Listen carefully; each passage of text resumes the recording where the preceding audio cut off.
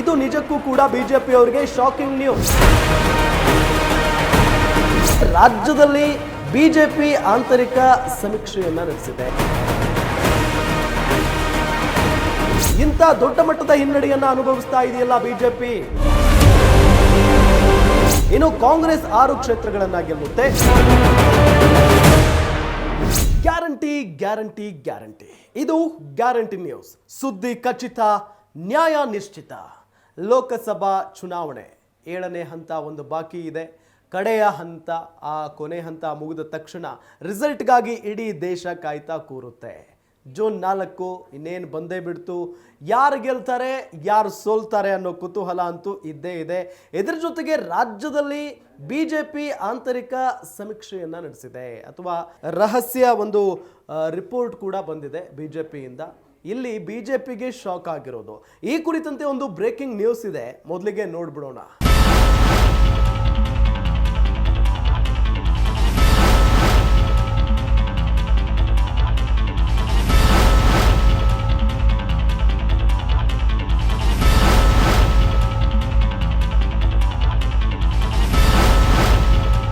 ರಾಜ್ಯದಲ್ಲಿ ಜೋರಾಯಿತು ಲೋಕಲ್ ಲಡಾಯಿ. ಕರ್ನಾಟಕದಲ್ಲಿ ಕೈಕಮಲ ಜಿದ್ದಾಜಿದ್ದಿನ ಹೋರಾಟವನ್ನ ನಡೆಸ್ತಾ ಇದ್ದಾವೆ. ಪ್ರತಿಷ್ಠೆಯ ಅಖಾಡ ಇದು. ಯಾರ ಬುಡ ಗಡಗಡ ಅಂತ ಇದೆ. ಹಾಗಾದ್ರೆ ಬಿಜೆಪಿಯನ್ನ ದಂಗು ಬಡಿಸಿದೆ ಆಂತರಿಕ ವರದಿ. ರಿಪೋರ್ಟ್ ನೋಡಿ ಕಮಲ ಕಲಿಗಳು ಟೆನ್ಷನ್ ಆಗ್ಬಿಟ್ಟಿದ್ದಾರೆ. ಲೆಕ್ಕಾಚಾರ ಉಲ್ಟಾ ಆಯ್ತಾ? ಹಾಗಾದ್ರೆ ರಿಪೋರ್ಟ್ ನಲ್ಲಿ ಬಿಜೆಪಿಗೆ ಎಷ್ಟು ಕ್ಷೇತ್ರಗಳು ಸಿಕ್ಕಿದಾವೆ?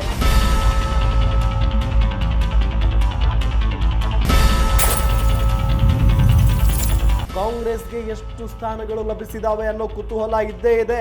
ಬಿಜೆಪಿ ಸರ್ವೆ ರಹಸ್ಯ ರಿಪೋರ್ಟ್ನಲ್ಲಿ ಬಿಜೆಪಿಗೆ ಎಷ್ಟು, ಕಾಂಗ್ರೆಸ್ಗೆ ಎಷ್ಟು ಗಮನಿಸ್ತಾ ಹೋಗೋಣ ಈಗ.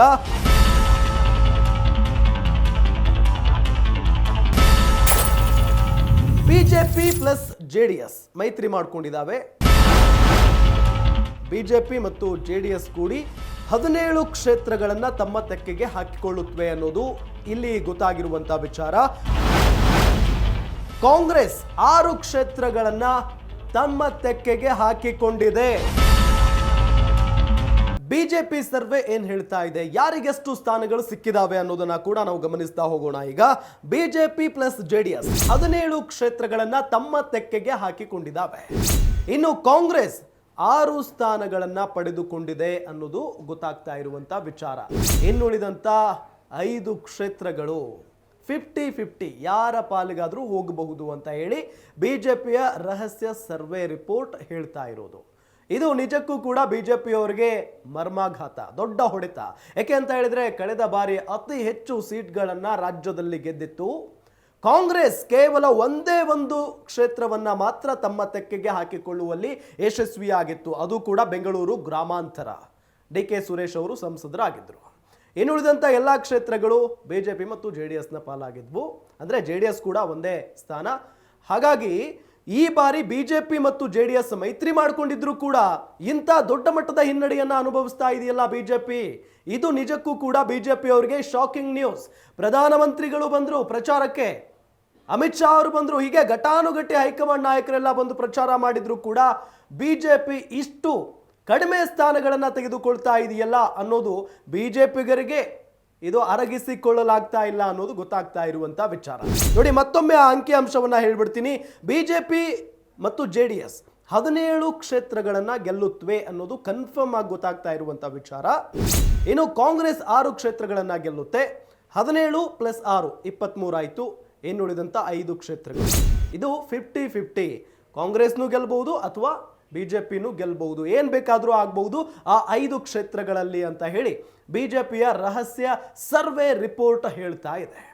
ಹಾಗಾಗಿನೇ ಬಿಜೆಪಿಗೆ ಇದು ದೊಡ್ಡ ಮಟ್ಟದ ಹಿನ್ನಡೆ. ಆದ್ರೆ ಬಿಜೆಪಿ ಎಲೆಕ್ಷನ್ಗೂ ಮುನ್ನ ಎಂತ ಆತ್ಮವಿಶ್ವಾಸದಿಂದ ಇತ್ತು ಅಂತ ಅಂದ್ರೆ, ಈ ಬಾರಿ 28ಕ್ಕೆ 28 ಕ್ಷೇತ್ರಗಳನ್ನ ಗೆಲ್ತೀವಿ ಅಂತ ಹೇಳಿ ಪ್ರತಿಯೊಬ್ಬ ನಾಯಕರು ಹೇಳ್ತಾ ಇದ್ರು. ಅದಾದ ನಂತರ ಕಾಂಗ್ರೆಸ್ಗೆ ಬರೋಣ. ಕಾಂಗ್ರೆಸ್ ಗ್ಯಾರಂಟಿ ಸ್ವಲ್ಪ ಮಟ್ಟಿಗೆ ಕೈ ಹಿಡಿದಿದೆ ಅಂತ ಅನ್ಕೊಳ್ಬಹುದು. ಯಾಕೆ ಅಂತ ಹೇಳಿದ್ರೆ ಕಳೆದ ಬಾರಿ 1 ಕ್ಷೇತ್ರವನ್ನ ಮಾತ್ರ ಗೆದ್ದಿತ್ತು. ಈಗ 5 ಕ್ಷೇತ್ರ ಹೆಚ್ಚಿಗೆ ಗೆದ್ದಿದೆ ಅಂತ ಹೇಳ್ಬಹುದು. ಈ ಒಂದು ರಹಸ್ಯ ಒಂದು ರಿಪೋರ್ಟ್ನಲ್ಲಿ ಗೊತ್ತಾಗ್ತಾ ಇರುವಂಥ ವಿಚಾರ. ಹಾಗಾಗಿ ಗ್ಯಾರಂಟಿ ಸಂಪೂರ್ಣವಾಗಿ ಕೈ ಹಿಡಿದಿಲ್ಲ. ವಿಧಾನಸಭೆ ಚುನಾವಣೆಯಲ್ಲಿ ಕೈ ಹಿಡಿತು, ಅದು ಬೇರೆ ವಿಚಾರ. ಆದರೆ ಈಗ ಲೋಕಸಭೆ ಚುನಾವಣೆಯಲ್ಲಿ ಮತದಾರ ಪ್ರಭುಗಳು ಮತ್ತೆ ಕಾಂಗ್ರೆಸ್ಸನ್ನು ಹೆಚ್ಚಾಗಿ ಕೈ ಹಿಡಿದಿಲ್ಲ ಅನ್ನೋದು ಇಲ್ಲಿ ಸ್ಪಷ್ಟವಾಗಿ ಗೊತ್ತಾಗ್ತಾ ಇದೆ. ಕೇವಲ 6 ಸ್ಥಾನಗಳಿಗೆ ಮಾತ್ರ ಕಾಂಗ್ರೆಸ್ ಇಲ್ಲಿ ತೃಪ್ತಿ ಪಟ್ಟುಕೊಂಡಿದೆ ಈ ಕ್ಷಣಕ್ಕೆ ಮಾತ್ರ. ಇನ್ನು ಬದಲಾವಣೆ ಆಗಬಹುದು, ಗೊತ್ತಿಲ್ಲ ಏನಾಗುತ್ತೆ. ರಿಸಲ್ಟ್ ಬಂದ ನಂತರವೇ ಗೊತ್ತಾಗುತ್ತೆ ಕಾಂಗ್ರೆಸ್ನ ಅಸಲಿ ಕ್ಷೇತ್ರಗಳು ಎಷ್ಟು, ಅಂದರೆ ಕಾಂಗ್ರೆಸ್ನ ಅಭ್ಯರ್ಥಿಗಳು ಎಷ್ಟು ಕ್ಷೇತ್ರಗಳಿಗೆ ಗೆದ್ದಿದ್ದಾರೆ ಮತ್ತು ಬಿಜೆಪಿ ಜೆಡಿಎಸ್ನ ಅಭ್ಯರ್ಥಿಗಳು ಎಷ್ಟು ಕ್ಷೇತ್ರಗಳಲ್ಲಿ ಪಾರುಪತ್ಯವನ್ನು ಸಾಧಿಸಿದ್ದಾರೆ ಅಂತ ಹೇಳಿ.